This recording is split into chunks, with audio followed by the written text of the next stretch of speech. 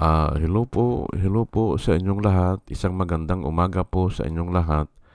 Ngayon po ay 11 ng Pebrero 2026 anyo at ang oras po ngayon dito sa Los Angeles, California ay alas 7:35 alas 6:35 ng umaga.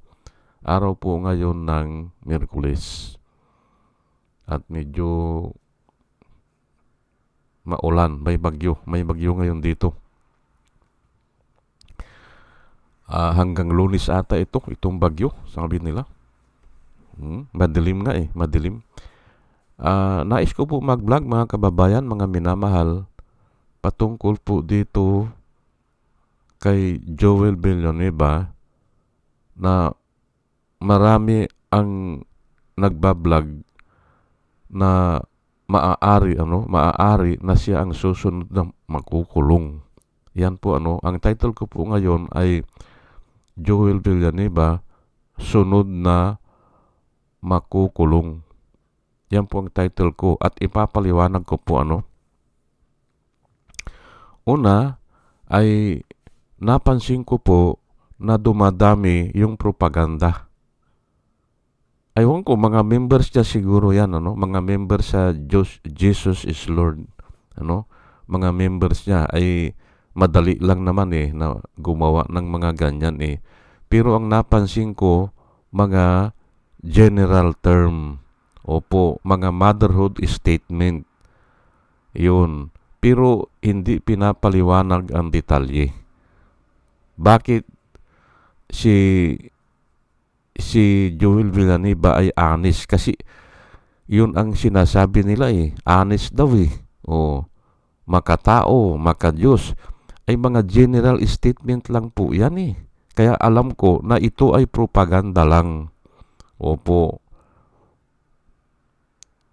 Yun bakit hindi nila ipaliwanag? Bakit naging honest? Ay hindi nga honest yan dahil inilihim nila yung ginawa nila ni Samuel Martires, hindi ba? Inilihim nila yung pagbasura sa kaso doon sa Napolis scam. Nasamantala, dinesisyonan na yon ng dating ombudsman si Conchita Carpio Morales, dinesisyonan na mabigat ang kaso. Dinesisyonan na yung mga witness o yung mga ebidensya ay talagang mabigat. Kaya nirekomenda ni dating ombudsman Conchita Carpio Morales na tanggalin na siya sa serbisyo. Yun po Ngayon, nung pumalit si Samuel Martires, ay binaliwala yun at ibinasura. Ay dapat hindi niya inilihim hindi ba? Kung honest yan, dapat sabi niya, naandito ako, dinismiss na ako. Dapat sinabi niya Kaya pala hindi niya masabi kung kailan siya. Ang sinasabi lang ni Joel noon, lahat ng kaso niya ay nawala na. Yun ang sinasabi niya. Hindi niya sinabi na actually, hindi dinismiss kung hindi ibinasura. Ibinasura ni Samuel Martires. Ayan po, hindi ba? Kung honest yan, ay dapat sabihin nila para yung complainant, at least yung complainant makagawa ng paraan. Mag-motion for reconsideration. Ay inilihim nila Paano honest yan, hindi ba? Kaya nga kako ang sagot ko doon sa gumagawa ng mga propaganda, ang sinasabi ko doon o ang sinusulat ko doon, kung may alam ka kako, paano naging honest yan, si Joel Villanueva o yung tao na yan, paano naging honest, sabihin mo. Sabi ko sabihin mo. Kung may alam ka pala, alam mo pala na honest yan honest daw si Joel Villanueva, ay kung may alam ka kako, sabihin mo. Libre naman yan Isulat mo lang dyan. Saang anong istorya sa buhay niya. Hindi ba? Anong istorya? Ay hindi nga honest yan kasi ang sabi niya noon, si Alcantara, hindi niya daw kilala. Ay pero nung ipinakita ng mga tao, siguro mga taga-Bukawi, pinakita sa video, yan sa YouTube po, na siya ang nagpakilala, hindi ba? Ay paano hindi niya hindi ba? Kaya nga kako hindi honest eh. Ngayon, ang challenge ko po lalo na dito sa mga gumagawa ng mga vlogs na ito, kung may alam kayo, ibigay nyo ang detalye. Hindi pwede kasi ang motherhood statement eh. Hindi maniniwala dyan ang tao. Mas lalo maiinis kasi nga ay puro na propaganda. Hindi ba? Ngayon ay yun po ang dahilan ko. Napapansin siguro ni Joel na siya ang susunod na ikukulong kaya dumadami o pinapadami niya yung propaganda movement, hindi ba? Ayan po na kunyari siya ang magaling, hindi ba? Kunyari siya ay makabayan. Ganun po eh. Pero wala namang detalye. Kaya nga ganun eh. Hindi mo naman pwedeng sinuhin yung nagkuhan. Hindi mo pwede silang tanungin kasi nga walang detalye eh. Kaya ang tinatanong ko na lang ay kung may alam ka kako, kung kilala mo pala kako yan si Joel Villanueva, sabihin mo yung mga pagkakataon o yung mga pangyayari. Bakit siya naging honest? Hindi ba? Sabihin mo. Sabi kong ganun. Kung may alam, sabihin. Ngayon, pero ito po ang ito po ang dahilan ko talaga bakit sa ngayon po naniniwala na ako sa ngayon kasi sinabi na ni Boying Rimulya na naka-standby na yung mga arresting officers doon sa tatlo, kay Chis Escudero, kay Jinggoy Estrada at saka kay Joel Villanueva. Ay siguro ay kanya-kanya ng kanyan, arresting officer, hindi ba? Kanya-kanya na sila, naka-assign na. At maaring totoo yun na ang sabi ni Boying Rimulya ay yung arresting officers o yung mga grupo ay naka-standby na. Ayan po. Ngayon ay idadagdag ko pa ito. Basahin ko lang isa pa, malaki ang pananagutan niya. Sino po? Si Joel Villanueva. Malaki ang pananagutan dahil nangangaral siya. Ayan po. At hindi niya po pwedeng itanggi ito. Detalyado po ito. Detalyado. Kaya nga ang challenge ko dun sa mga nagpropaganda dyan, yung gumagawa ng propaganda movement patungkol dyan kay Joel Villanueva, ay maglagay kayo ng specific. Opo.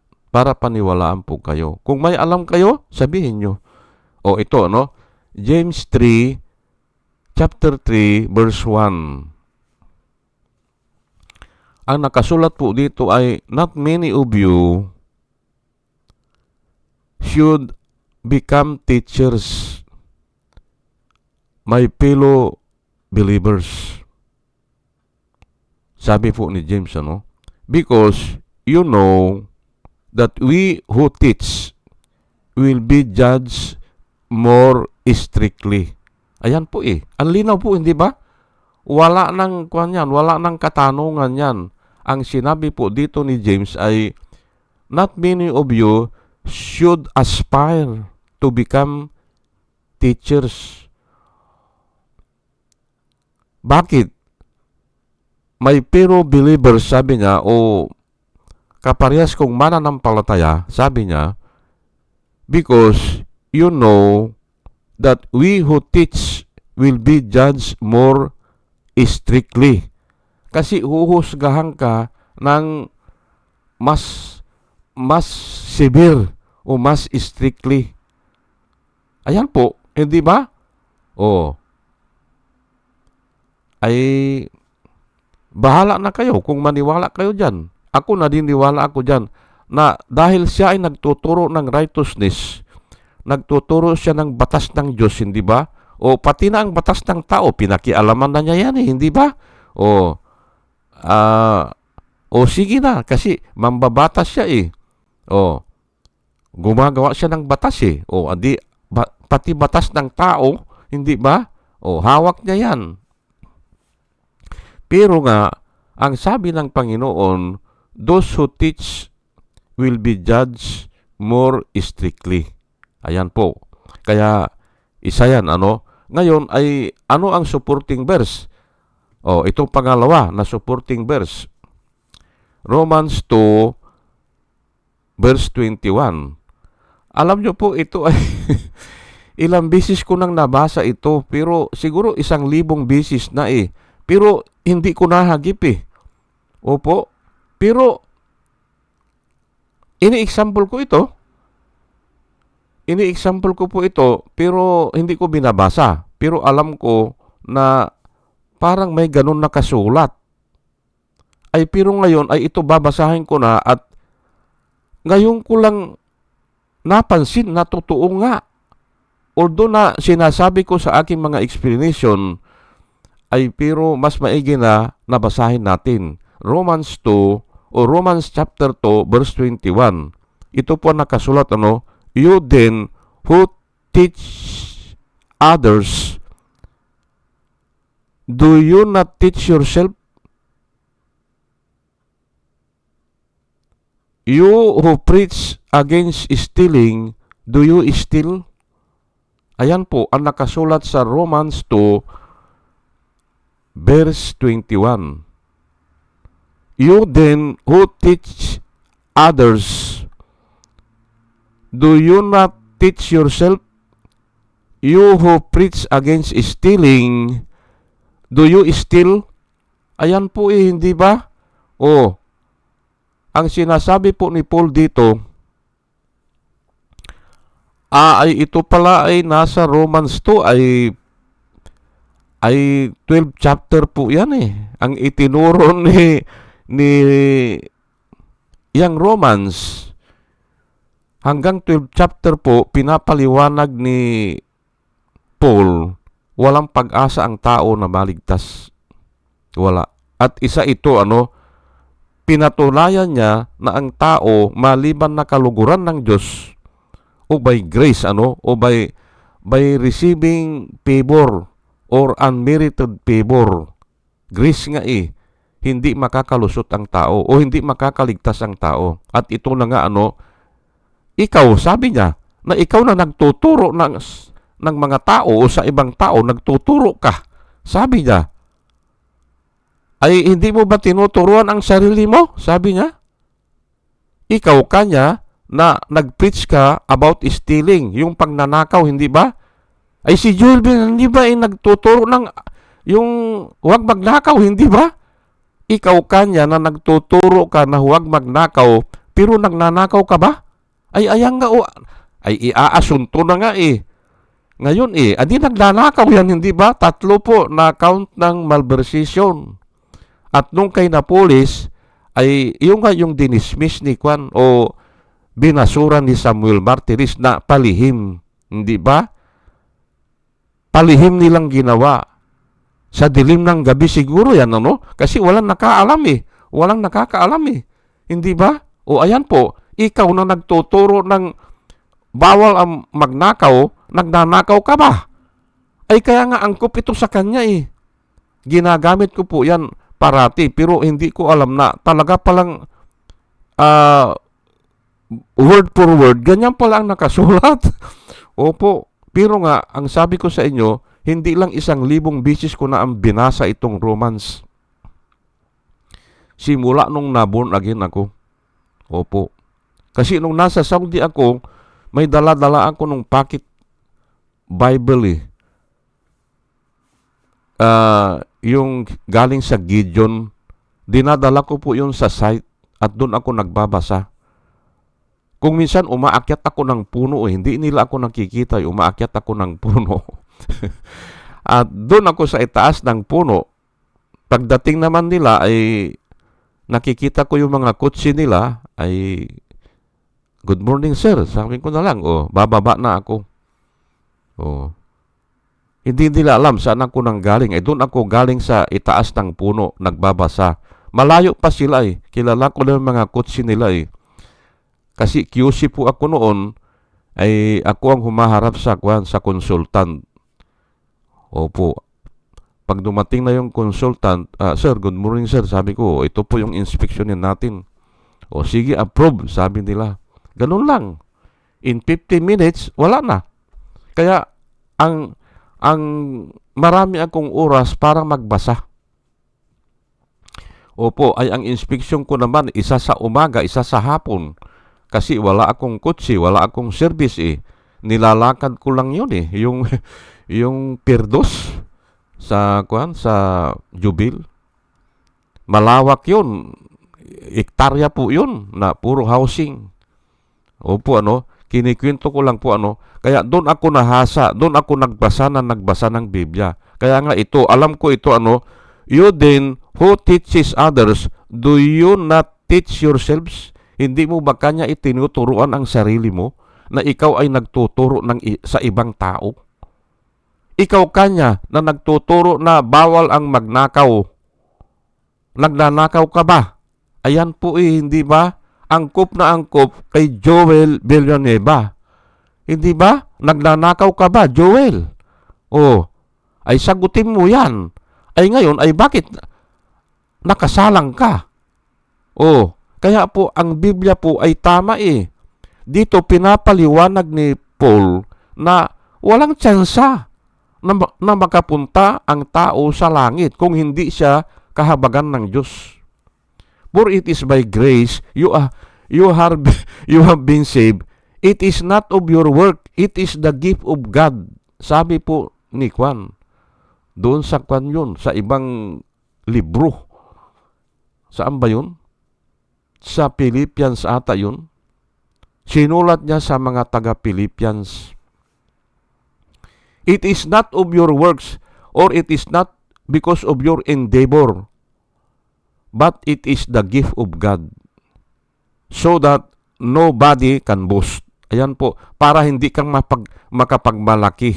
Hindi ba? Pagdating doon sa langit, ay kung magmalaki ka, ay baka palayasin ka pa doon, hindi ba? Kung sasabihin mo na, ako naligtas ako dahil sa aking gawa Hindi po, sa habag. Sa habag lang po. At ito nga ang sinasabi ni Paul dito. Ikaw na nagtuturo na bawal ang magnakaw o masama ang magnakaw. Ikaw na nagtuturo niyan. Nagnanakaw ka ba? Ayan po hindi ba? Chapter 2 lang yan. Chapter 2 ay 12 chapter po yan. Pinaliwanag ni Paul kung papaano ang tao ay makasalanan. Ayan nga nagtuturo na. Pati yung tatay niya nga nagtuturo yan Pero ang nagtataka naman ako dun sa tatay niya, ako binubuto ko yan dun sa Sibak. Kinakampanya ko po yan. Opo, dahil dati umaattend din ako dyan Pero nung bandang huli, ay medyo nag-usap-usap kami nung ibang mga pastor. Ay tika muna, sabi nila ay naglilingkod na sa Diyos. Ay bakit gusto pa niya maging presidente? Doon ako, kumandidato po yan ng presidente Pero doon ako natalo sa debate. Opo, natalo ako dahil sabi nung isang pastor, ay bakit mo susuportahan niyang kanya? Ay naglilingkod na yan sa pinakamataas na pangalan. Sa pangalang Jesus, hindi ba? Naglilingkod na yan. Ay bakit bababa pa siya? Maglilingkod siya sa gobyerno. Ay mali. At saka isa pa, si Jesus Christ, nung hinuhuli siya ng mga tao para gawin siyang hari o siya ang simbolo ng ililiberate niya Kasi naandun po yun sa hula na ang Misaya ay ililiberate niya. Ay nagkamali naman sila. Ang iliberate, yung pagkaalipin sa kasalanan. Hindi po sa pagkaalipin ng Romans, noon ng Romano. Hindi ganun. Ang gusto kasi nila ay labanan ni Jesus Christ ang Romans. Ay simpre nakakapagbuhay ng patay po hindi ba? yung storm, yung dagat, napapatahimik niya ang dagat eh. Ay naniniwala sila na hindi uubra ang Romans dito. Kasi even the waves of the sea obey him. Ayan po, hindi ba? Ay nagkamali naman sila. Kasi ang palalayain lang yung pagkaalipin ng tao sa kasalanan. Ang sabi niya ay, man commits sin because man is a slave of sin. Ayan po. At dapat doon mag-uumpisa. Doon mag-uumpisa ang talakayan. Ang paano ba aayusin ang korupsyon? Doon mag-uumpisa. Ang ibig kong sabihin, hindi pwede mag-umpisa ganun sa sinabi ni Duterte na ako aayusin ko yan. In 3 to 6 months aayusin ko yan. Hindi pwede doon mag-umpisa. Kasi nagsisinungaling na siya eh. Dapat aminin muna na walang tsansa ang tao, na alipin ang tao ng kasalanan. Mayroon akong sinagutan kanina eh. Si Cayetano, sinagutan ko kasi nga ay nag-uumpisa na naman siya ang magaling eh. Ay hindi pwede ang kako. Dapat mag-umpisa, lahat tayo ay makasalanan. Aminin natin na wala tayong magagawa. Ngayon kako, hihiling tayo sa Panginoon na tulungan niya tayo. Ngayon kung tulungan niya tayo, pwede. Mawawala yung korupsyon sa ating puso. Inherent na kako yan eh. Natural na sa tao yan. Oh, natural na yan. Kaya nga ito si Joel Villanueva, nagpre-preach siyang bawal ang magnakaw, pero nagnanakaw ba siya? Oh, ay kayo na po ang sasagot. Hindi ba? Oh, ituloy ko na lang po Luke 12 verse 48. But the one who does not know and does things deserving punishment will be beaten with few blows. From everyone who has been given much, much will be demanded, and from the one who has been entrusted with much, much more will be asked. Ayan po. Ay pinili ko po ito kasi nga ay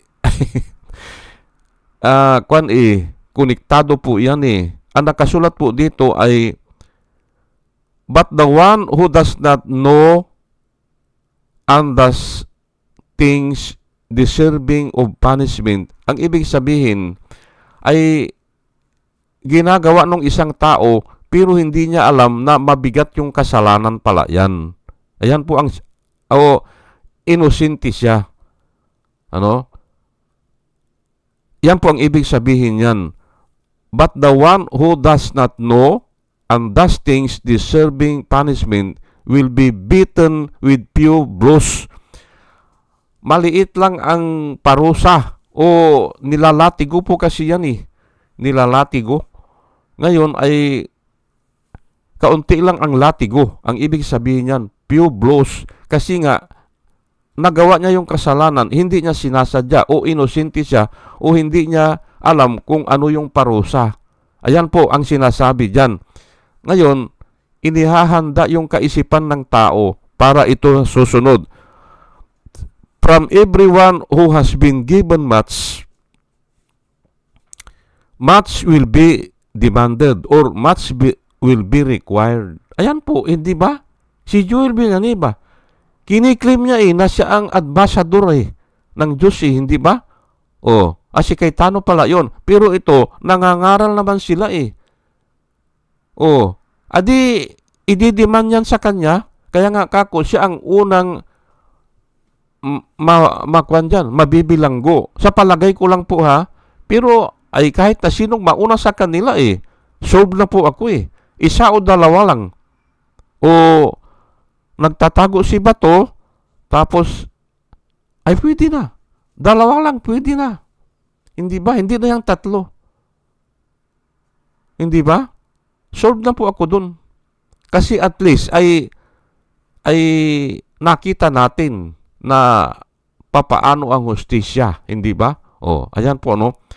For everyone who has been given much, much will be required. And from the one who has been entrusted with much, much will be asked. Tatanungin siya, hindi ba? Nangangaral siya eh. Pero huwag nating kalimutan na not many of you, sabi ni James, should aspire to become teachers. Because you know very well that teachers will be judged more severely. Ayan po hindi ba? Nagangaral ka, hindi ba? Na bawal ang magnakaw, bawal ang mangalo niya, ay nai-involve din ito sa mutya ng Bulacan hindi ba? Ayan po ang tao Maniwala po kayo sa akin, yan ang tao, kung nagkapira yan, gagawa ng kalukuhan yan. Hindi ba? May asawa ka, tapos ay pero nga ako, nagkwan din ako, precaution din ako, kasi nga, yan kung nangangaral man ako dito, na bawal yung mangalo niya, pero sinisigurado ko na hindi ako sumasama sa ganyan. Opo. Pero ingat po ako, lalo na kung magbigay ako ng mga advice, nag-iingat po ako kasi nga, we will be judged more strictly. Opo. Yan po ang maisishare ko sa inyo. Kung nagsasalita man ako dito, ay mayroon akong precaution. Ayan po, sige po, hanggang dito na lang po, binanggit ko lang yun para patunayan sa inyo na walang tsansa na makaligtas ang tao dahil nga sa ganyan. Hindi ba? Hindi ba? Sana ay may natutunan po tayo, at dalayan ko po sa Panginoon bago po ako mag-umpisa, ay sa ating pakikinig ay magkaroon tayo ng wisdom na nanggagaling sa Kanya. At muli mga kababayan, mga minamahal, isang magandang umaga po sa inyong lahat at salamat po sa inyong pakikinig. Salamat po ng marami. Salamat po.